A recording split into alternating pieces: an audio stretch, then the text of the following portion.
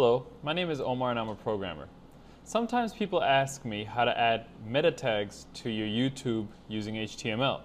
Now that's obviously impossible because YouTube is a closed environment. Google doesn't allow you to put meta tags on your YouTube.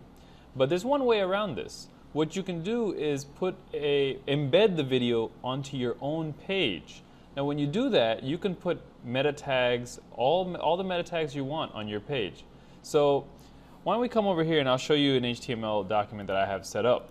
So I have a random boilerplate HTML code here, and as the title I put YouTube video. Whatever your title is, you'd want to put that there.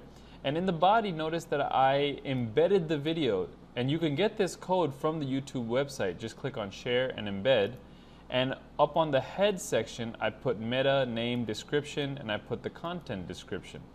And that's how I would go about putting meta tags on my YouTube video. I'm Omar and I hope you found this video informative. Have a good day.